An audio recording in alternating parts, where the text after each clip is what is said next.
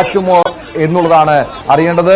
Dan കുര്യനാണ് ഇവിടുന്ന് വിവരങ്ങൾ നൽകുന്നത്. ഡാൻ, തുടരാം. എന്താണ് ഇപ്പോൾ അവിടെ സംഭവിക്കുന്നത്?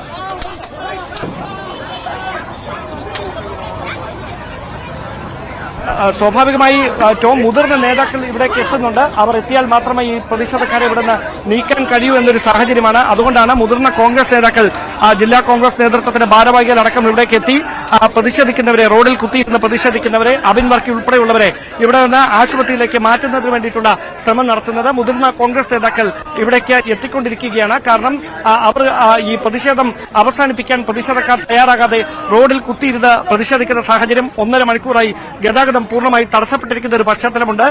സ്വാഭാവികമായി ഈ ഒരു സാഹചര്യത്തിൽ പ്രതിഷേധം അങ്ങനെ തുടരാൻ കഴിയാത്ത ഒരു പശ്ചാത്തലത്തിലാണ് മുതിർന്ന നേതാക്കൾ ഇടപെട്ട് പ്രവർത്തകരെ ഇവിടെ നിന്ന് സംയമനിപ്പിച്ച് ഇവിടെ നിന്ന് മാറ്റുന്നതിന് വേണ്ടിയിട്ടുള്ള നീക്കം നടത്തിക്കൊണ്ടിരിക്കുന്നത്.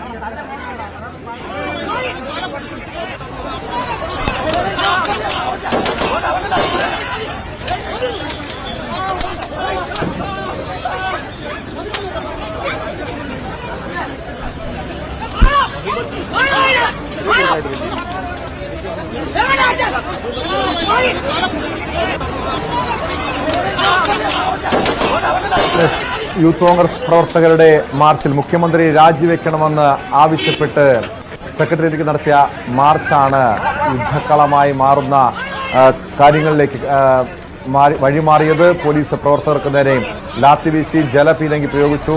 യൂത്ത് കോൺഗ്രസിന്റെ സംസ്ഥാന വൈസ് പ്രസിഡന്റ് അബിൻ വർക്കി ഉൾപ്പെടെ നിരവധി പ്രവർത്തകർക്ക് പോലീസിന്റെ ലാത്തി ചാർജിൽ പരിക്കേൽക്കുന്നു. രാഹുൽ മാങ്കൂട്ടം, സംസ്ഥാന പ്രസിഡന്റ് രാഹുൽ മാങ്കൂട്ടം ഉൾപ്പെടെയുള്ള നേതാക്കളെ പോലീസ് അറസ്റ്റ് ചെയ്ത് നീക്കിയെങ്കിലും ഇപ്പോഴും പ്രതിഷേധം തുടരുന്നു.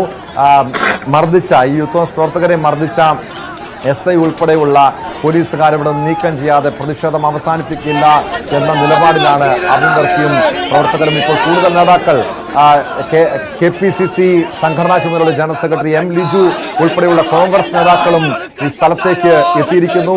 ഡാൻ കുര്യൻ വീണ്ടും ചേർന്നുണ്ട്. ഡാൻ, കോൺഗ്രസ് നേതാക്കൾ കൂടി ഈ സംഭവ സ്ഥലത്തേക്ക് എത്തുന്നു.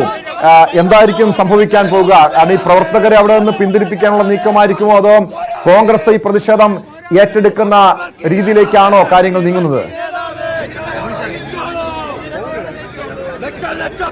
സ്വാഭാവികമായി സംസ്ഥാനത്തിന്റെ പല ജില്ലകളിലും സമാനമായ തരത്തിൽ പ്രതിഷേധം പുരോഗമിച്ചുകൊണ്ടിരിക്കുകയായിരുന്നു. അതിനിടയിലാണ് ഏറ്റവും ഒടുവിൽ തിരുവനന്തപുരത്ത് പാളയം രക്തസാക്ഷി മണ്ഡപത്തിൽ നിന്ന് ഈ പ്രതിഷേധം ആരംഭിച്ചത്.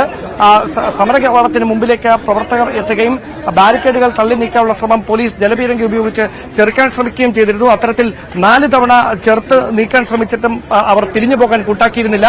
തുടർന്നാണ് പ്രതിഷേധക്കാർ ഇവിടേക്ക് എത്തുന്ന ഒരു സാഹചര്യം ഉണ്ടായത്. എന്തായാലും ആ ഒരു പശ്ചാത്തലത്തിലാണ് ഈ പ്രതിഷേധം മറ്റൊരു